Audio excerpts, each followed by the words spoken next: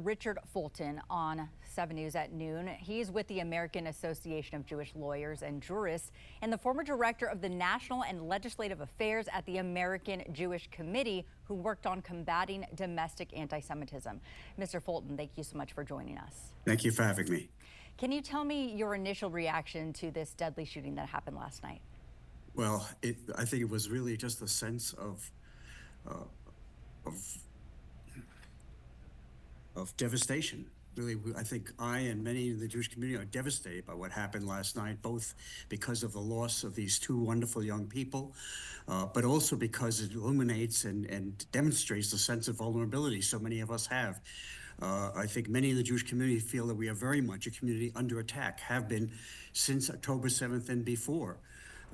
Both in terms of the rhetoric that has been directed at Jews and at members of our community, and the fact that especially on campuses, but elsewhere, members of the Jewish community have been intimidated, harassed, assaulted, and now we see what all of this leads to, which is this fatal attack on two young people outside an event that was dedicated to dialogue and promotion of humanitarian diplomacy.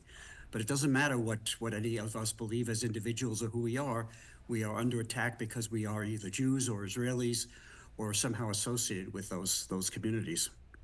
Now, the person who is alleged to have done this is said to have gone into this event and saying that he did commit this crime. What do you think that says about kind of the thought process of this murder? Well, we don't know what he was planning to do. Whether or not, had he been able to, he would have attacked even more people. We don't know that he had any idea that the people that were attacked outside, that were killed and murdered, were members of the Israeli embassy staff. So I think it was in general, an attack on the Jewish community writ large, and on those who are engaged in a process of trying to make peace and resolve conflict. You have years, if not decades, of experience trying to combat anti-Semitism in the United States. Over your years, how have you seen it change from when you started to today? Well, I think it's become much worse.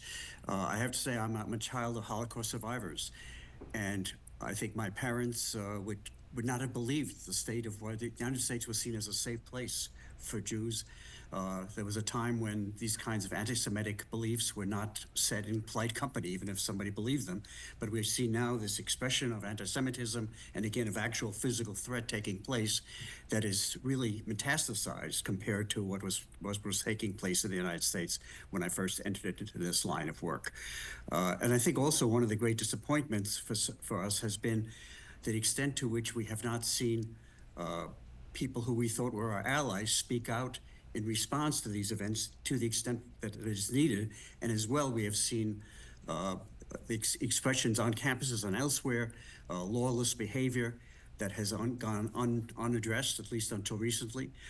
So taken all together, again, it's a sense of a community that's under threat in a fashion that we have not felt in many decades. And it's time for strong action to be taken and for this not to be seen as solely as a Jewish issue.